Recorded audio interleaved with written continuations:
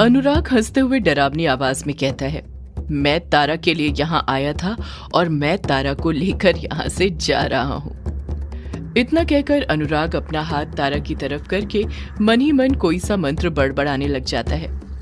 वर्चस्विनी तुरंत तारा को अपनी बाहों में भरते हुए उसे कसकर पकड़ते हुए कहती है, नहीं, मैं तुम्हें अपनी तारा को कहीं नहीं ले जाने दूंगी।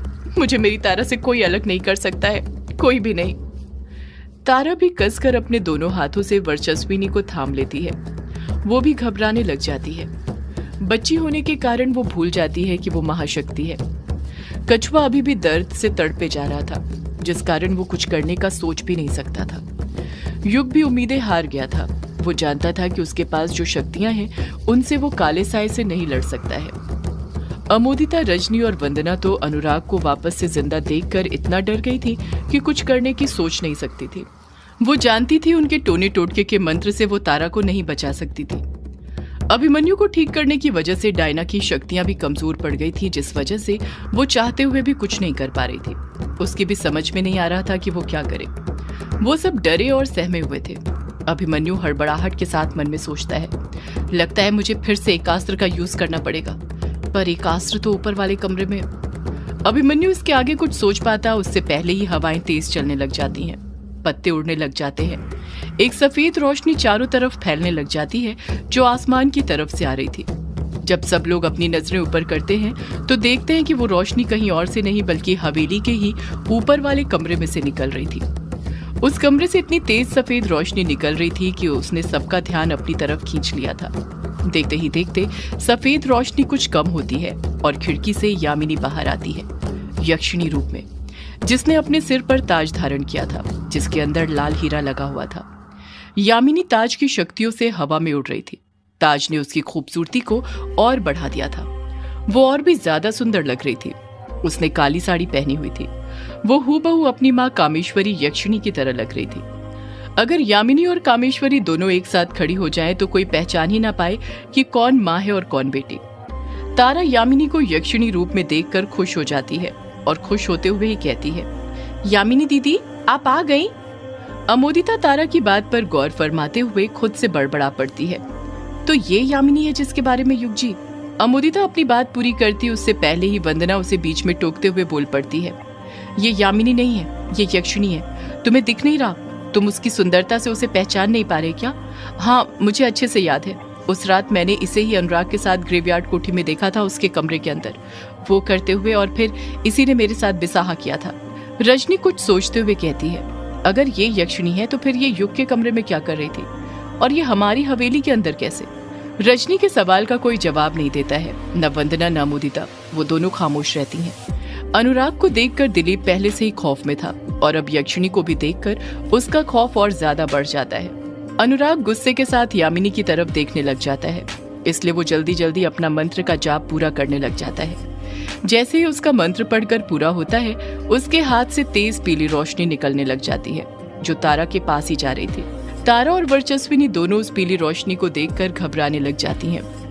वर्चस्विनी और कसकर तारा को अपने सीने से सटा लेती है, अपने हाथों की पकड़ को और मजबूत कर लेती है। वर्चस्विनी और तारा दोनों डरी और सहमी हुई थी। वो पीली रोशनी तारा के पास पहुंचती उससे पहले ही उस पीली रोशनी से एक सफेद रोशनी आकर टकरा जाती है।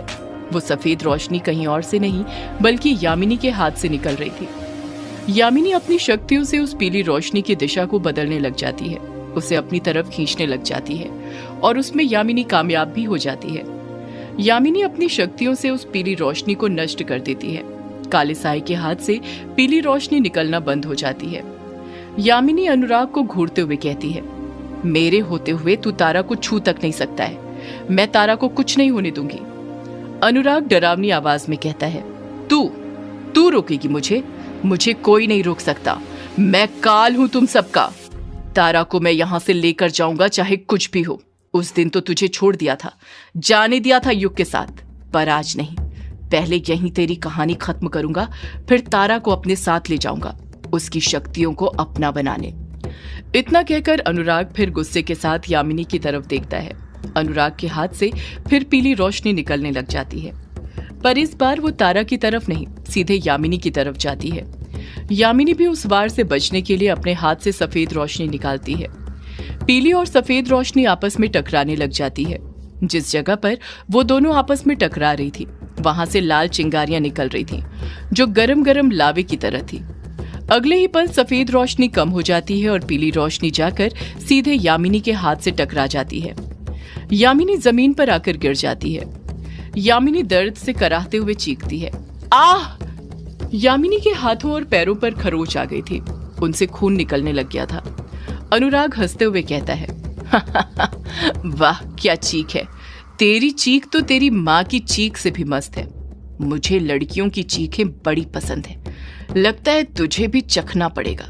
दोनों माँ बेटी दिखती एक जैसी ही हो, पर लगता है दोनों के स्वाद अलग अलग है। अनुराग की बातें सुनकर यामिनी के अंदर का गुस्सा और ज्यादा बढ़ जाता है। वो फिर से खड़ी होती है और सफेद रोशनी से अनुराग पर वार करने लग जाती है। अनुराग भी पीली रोशनी से अपना बचाव करने लग जाता है। यामिनी को यूं लड़ता हुआ देखकर युग के अंदर का आत्मविश्वास वापस लौट आता है। उसके अंदर भी अनुराग से लड़ने की हिम्मत आ गई थी। युग के हाथ पर जो इन्फिनिटी का निशान बना हुआ था उसमें मूवमेंट होने लग जाता है। सिर्फ उसके ही नहीं बल्कि अनुराग के हाथ के इन्फिनिटी वाले निशान में भी मूवमेंट होने लग जाता है। उस निशान के अंदर एक बिंदु घूमने लग गया था। युग कुछ करने की सोच ही रहा था कि इस बात की भनक अनुराग को लग जाती है, जैसे वो युग से जुड़ा हुआ हो। उसे पता चल रहा हो कि युग कब क्या करने की सोच रहा है। अनुराग यामिनी से पीली रोशनी से लड़ते हुए ही युग से कहता है, नहीं युग, तू बीच में मत आ, वरना इसका अंजाम अच्छा नहीं होगा। ये तेरी लड़ाई नहीं है। पहले तो युग भी अनुराग के मुंह से ये बात सुनकर हैरान हो जाता है कि उसे कैसे पता कि वो उससे लड़ने की सोच रहा था। पर युग इस बात पर ज्यादा ध्यान न देते हुए अनुराग से कैसे लड़े ये सोचने लग जाता है। अनुराग गुस्से के साथ युग से कहता है, मैंने कहा ना, ये लड़ाई तेरी नहीं है, इंसानों की तो कतई नहीं, इसलिए तू बीच में मत पड़ युग बच्चा। युग अनुराग को पलटकर जवाब देते हुए कहता है, ये लड़ाई मेरी नहीं हुई तो क्या हुआ, पर यामिनी की तो है ना, और मैं अपनी यामिनी से बहुत प्यार करता हूँ और उसकी हर लड़ाई मेरी है। मैं हर कदम पर उसका साथ दूंगा, कभी पीछे नहीं हटूंगा, चाहे सामने मेरा काल क्यों ना खड़ा हो। तू काल कहता है ना खुद को, तो आ काल मेरा सामना कर। इतना कहकर युग अनुराग की तरफ गुस्से के साथ देखने लग जाता है। अचानक से हवाएं तेज चलने लग जाती हैं, इतनी तेज कि सबके कपड़े उड़ने लग जाते हैं। युग के हाथ का बवंडर का निशान तेजी के साथ चमकने लग जाता है। दिलीप समझ जाता है कि कुछ बहुत बुरा होने वाला है, इसलिए वो तुरंत जानकी का हाथ पकड़ता है और उसे जबरदस्ती हवेली के अंदर ले जाता है। अभिमन्यु भी अपना एकास्त्र लेने के लिए हवेली के अंदर घुस जाता है। डायना भी उसी के पीछे पीछे हवेली के अंदर जाने लग जाती है, पर बाकी सब वहीं पर खड़े रहते हैं। हवाएं तेजी के साथ बह रही थी कि वो बवंडर का रूप लेने लग जाती है और देखते ही देखते युग के सामने एक बड़ा सा बवंडर आ जाता है। युग अपने हाथों से इशारा करते हुए उस बवंडर को अनुराग की तरफ भेजने लग जाता है, जैसे युग चाहता हो कि अनुराग उस बवंडर में फंस जाए। अनुराग युग पर चिढ़ते हुए कहता है, तू नहीं माना ना युग, मानेगा कैसे, आखिर तू मेरी औलाद जो है, तो अब काल की बात ना मानने का अंजाम तो तुझे भुगतना ही पड़ेगा, तो ले भुगत। इतना कहकर अनुराग यामिनी से लड़ते हुए ही उस बवंडर पर फूंक मार देता है।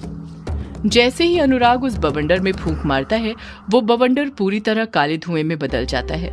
ऐसा लग रहा था जैसे उस बवंडर के अंदर काले बादल मंडरा रहे हो, जो कुछ देर पहले हवेली के ऊपर मंडरा रहे थे। वो बवंडर एक विशाल रूप ले लेता है, जिसकी ऊंचाई हवेली से भी ऊंची हो गई थी। वो बवंडर अपना रुख बदल लेता है। अनुराग के पास जाने की जगह वो युग के पास जाने लग जाता है और अगले ही पल वो बवंडर युग को अपने अंदर खींच लेता है। युग उस बवंडर में गोल गोल घूमने लग जाता है। वो उस बवंडर के अंदर फंस जाता है। चैटर्जी युग को बचाने की कोशिश करते हुए चीखता है, युग! और अगले ही पल चैटर्जी भी बवंडर के अंदर फंस जाता है।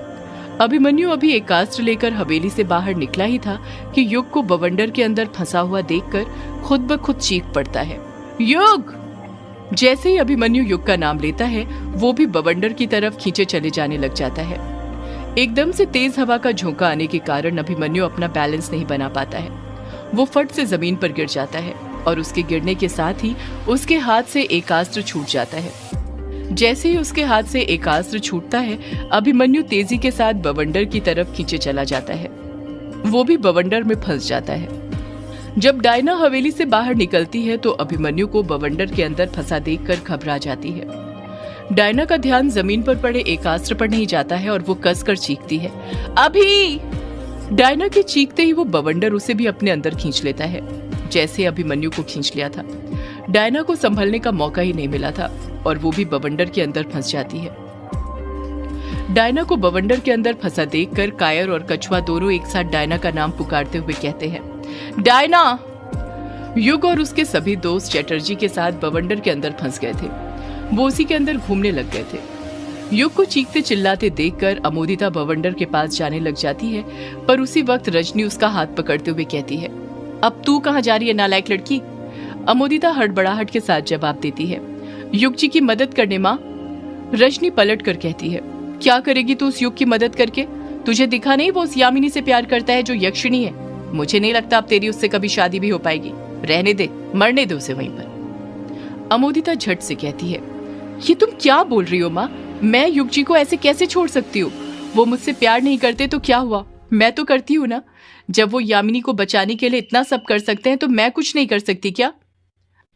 रजनी चिढ़ते हुए कहती है, तू सच में नालायक है अमोदिता। क्या करेगी तू जरा बताना। तूने देखा नहीं वो कोई मामूली बवंडर नहीं है, आहमान बवंडर है। उस बवंडर में फंसे इंसान का यदि कोई दूसरा व्यक्ति नाम तक लेता है तो वो बवंडर उसे अपनी तरफ खींच लेता है जिसने नाम पुकारा हो। अमोदिता झट से कहती है, तो फिर मैं क्या करूं माँ? रजनी कहती है, मैंने कहा ना हम कुछ नहीं कर सकते। अगर तुझे अपनी जान प्यारी है तो चुपचाप खड़ी रह, मरने दे सबको।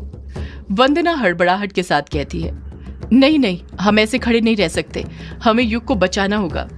रजनी वंदना और अमोदिता दोनों पर चिढ़ते हुए कहती है, ये क्या हो गया है तुम दोनों को? लगता है मरने का शौक सवार हो गया है, तो जाओ मरो, लेकिन मैं तो तुम्हारे साथ नहीं आ रही। इतना कहकर रजनी हवेली के अंदर भाग पड़ती है। अमोदिता और वंदना दोनों एक दूसरे को देखते रहती हैं। उन दोनों की समझ नहीं आ रहा था कि वो युग और बाकी सबकी मदद कैसे करे, कैसे उन्हें बवंडर में से निकाले। युग और उसके सभी दोस्त बवंडर में फंस गए थे और उस बवंडर की दूसरी तरफ ही यामिनी अनुराग से लड़ने में लगी हुई थी। दोनों के बीच रोशनी से लड़ाई चल रही थी। अनुराग ने यामिनी पर कई वार किए थे, जिस कारण यामिनी कमजोर होने लग गई थी। उसके हाथ पैर और चेहरे पर कई खरोंच के निशान थे जहां से खून निकल रहा था, पर तब भी वो लड़ी जा रही थी, सिर्फ और सिर्फ तारा को बचाने के लिए। वर्चस्विनी तारा को पकड़े हुए थी। बच्ची होने के कारण तारा भी बहुत डर गई थी। उसके कुछ समझ नहीं आ रहा था कि वो क्या करे, कैसे सबकी मदद करे। वो खुद अपनी मदद नहीं कर पा रही थी।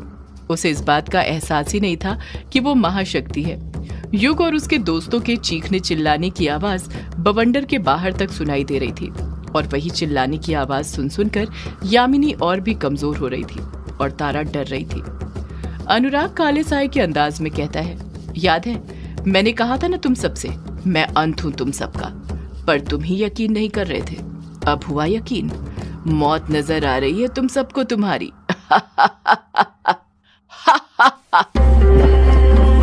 सदियों से है पुरानी ये है यक्षिणी की कहानी।